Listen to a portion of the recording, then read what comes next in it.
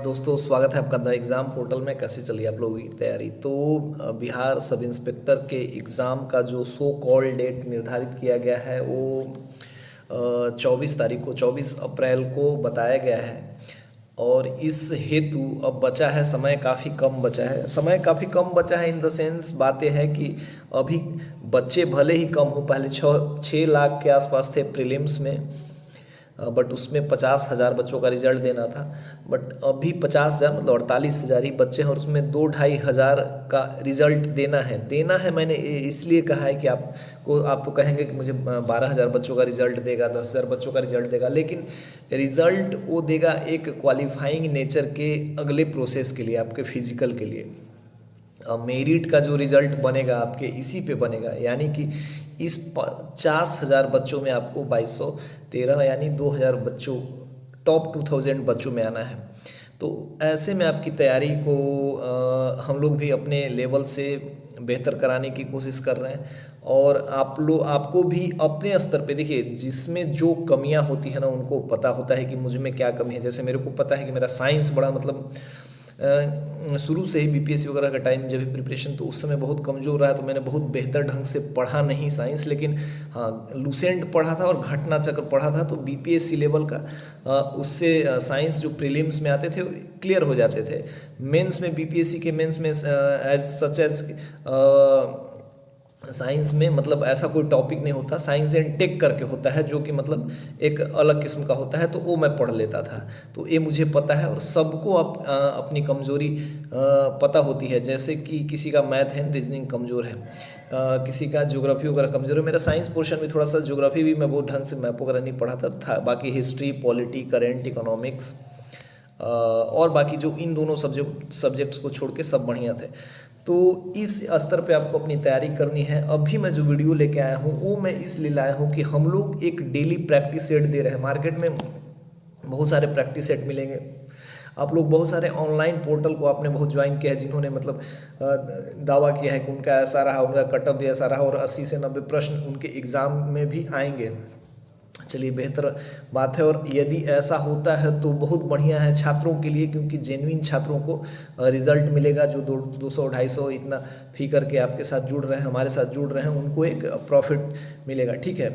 लेकिन इसके साथ यदि आप सेट बना रहे हैं, देखिए आज मैंने जो हम लोग का प्रैक्टिस सेट चल रहा है, इसमें 15 प्रैक्टिस सेट है। सबका जीरोक्स निकलवा के मैंने प्रिंट आउट निकाल के लाया है। इसमें हम एक्सप्लेनेशन नहीं देते हैं, लेकिन काफ़ी लोग एक्सप्लेनेशन के लिए कह रहे थे, तो हम लोग कोशिश कर रहे हैं। लेकिन हम लोग का मतलब वो एक टीम जो है बहुत छोटी है और बाकी ऐसा कुछ बजट हम लोग को हेल्प नहीं करता कि इस पे हम लोग काम करें, या फिर कोई शामिल नहीं पाता है। हम लोग चाहते हैं कि छात्र ही ऐसा करें। तो इसमें आज 2 टॉपिक की बात होगी। पहला कि आपको सेल्फ एक्सप्लेनेशन सबसे बेस्ट होता है। मैंने शुरू से कहा, कोई भी किताब पढ़ेगा आपको आसानी से मिल जाएगा, लेकिन उस टॉपिक से रिलेटेड आप उस प्रश्न को नहीं समझ पाएंगे जो कि आप जानना चाहते थे। आप वही जानेंगे जो आपको बताया गया है, ठीक है। लेकिन एक्सप्लेनेशन का फ़ायदा जो बुक्स वगैरह में दिया होता है, ये होता है कि आपका टाइम बचता है और वो सबसे एक बेहतर तरीका होता है। हम लोग जब यूपीएससी के प्रीलिम्स का टेस्ट सीरीज लगाते थे, मतलब ये तो बड़ी बड़ी बातें मैं कर नहीं रहा हूँ, बट मैंने एग्ज़ाम दिया है तो बता रहा हूँ। प्रीलिम्स तो खैर ठीक ठाक ही दिया है। तो उसमें विजन आईएएस का जो मटेरियल आता था उसमें 40 टेस्ट होते थे, है ना। तो उसमें शुरू वाले 4 टेस्ट होते थे पॉलिटी के। तो पॉलिटी के एक्सप्लेनेशन को इतने बेहतर ढंग से करते थे कि उसको आप थॉरोली 2-3 बार कर लेने से ना पूरा पॉलिटी कंप्लीट हो जाता था। तो सेम यहाँ ऐसे बिहार दरोगा के लिए सच एज कोई मतलब ऐसा टेस्ट का एक्सप्लेनेशन आपको कहीं भी नहीं मिलेगा। हम लोग खुद भी नहीं कर पाते हैं, लेकिन यदि आप सेल्फ में थोड़ा सा टाइम देंगे, टेस्ट इस मान लीजिए कि हमने एक टेस्ट उठाया सेट संख्या 2, इसको बनाने में आपको सॉल्व करने में 40 मिनट लगेंगे, जिनका मैथ और रीजनिंग ठीक है। और आप 40 मिनट लगता है तो उसको आपको 1.5 घंटा 2 घंटा देना है इसके एक्सप्लेनेशन पे।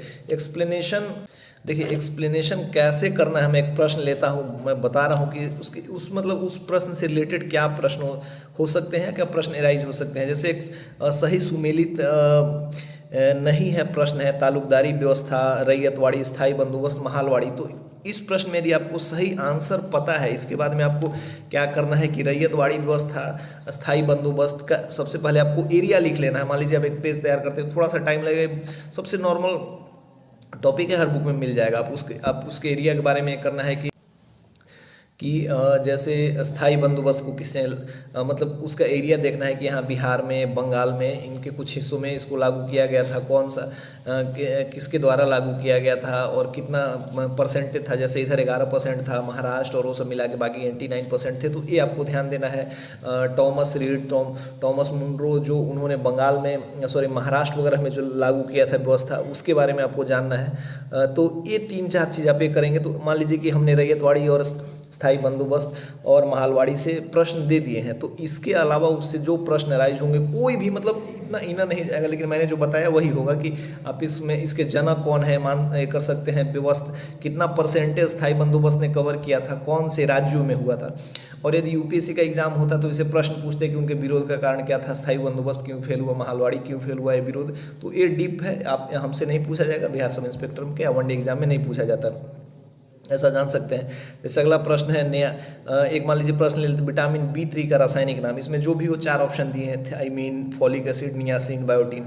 तो इसमें मान लीजिए कि आप एक का नाम जानते हैं, लेकिन थायमीन किस विटामिन ए को कहा जाता है, फॉलिक एसिड का कौन से विटामिन कहा जाता है, नियासिन किस विटामिन कहा जाता है, बायोटीन तो खैर इसका कोई रासायनिक नाम नहीं है मुझे जहाँ तक पता है।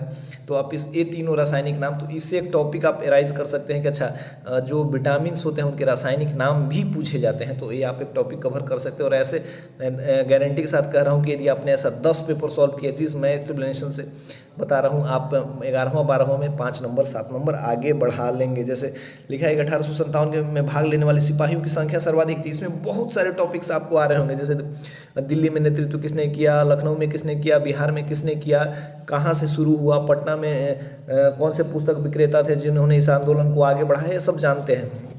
लेकिन अब प्रश्न ये सब आप जानते हैं, लेकिन प्रश्न पूछ रहा है कि फैजाबाद में किसने किया था, इलाहाबाद में किसने किया था, छोटे छोटे जगहों पे क्रांति कब खत्म हुई, इस क्रांति को यहाँ पे किसने दबाया। तो ये ऐसी चीज़ हैं जो एग्जाम में पूछते हैं।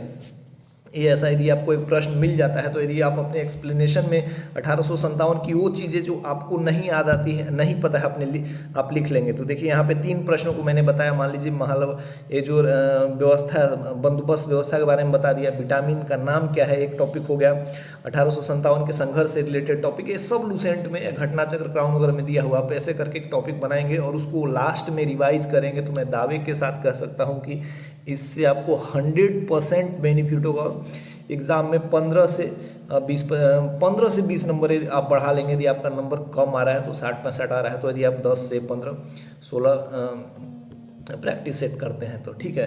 तो इस चीज़ का ध्यान रखना है। और हम लोग कोशिश कर रहे हैं कि हम लोग एक्सप्लेनेशन लाएँ, जल्दी टेस्ट का एक्सप्लेनेशन ये होगा। और अभी तो 31-32 टेस्ट तक हुआ है, हम लोग का टारगेट है 80 सेट देना। इसके अलावा जो चीज़ें हमारे टेलीग्राम चैनल पे चल रही हैं उसमें तो लोग जुड़े ही हैं, लगभग 5000 स्टूडेंट्स हमारे साथ मिलकर टेस्ट दे रहे हैं। अभी इसमें हम लोगों ने 32 टेस्ट कराया है, अभी 50 का 45 से 50 मान लीजिए 40-45 टेस्ट कराएंगे जब तक एग्जाम नहीं आता। बीच में 1-2 दिन हम लोग खुद गैप मार देते हैं। तो इतना है कि हम लोग 80 टेस्ट कराएंगे। और उस टेस्ट को ही यदि आपने उसका PDF निकलवा के उसका सेल्फ एक्सप्लेनेशन बना के खुद कर लिया तो कोई भी आपको एग्ज़ाम में मेरिट लाने से नहीं रोक सकता है। याद रखिए, आज हमने इसको निकलवाया था, इसमें कुछ प्रश्न गलत हो रहे थे उसको चेक करने के लिए, लेकिन समय की बड़ी विडम्बना है। सुबह 10 बजे थाने में गया था और वहाँ पे जो केस वगैरह था उसका डायरी लिखना था। देखिए चेहरा कैसा ये हो गया, इधर उधर सफ़ेदी दिखाई दे रहा होगा आपको।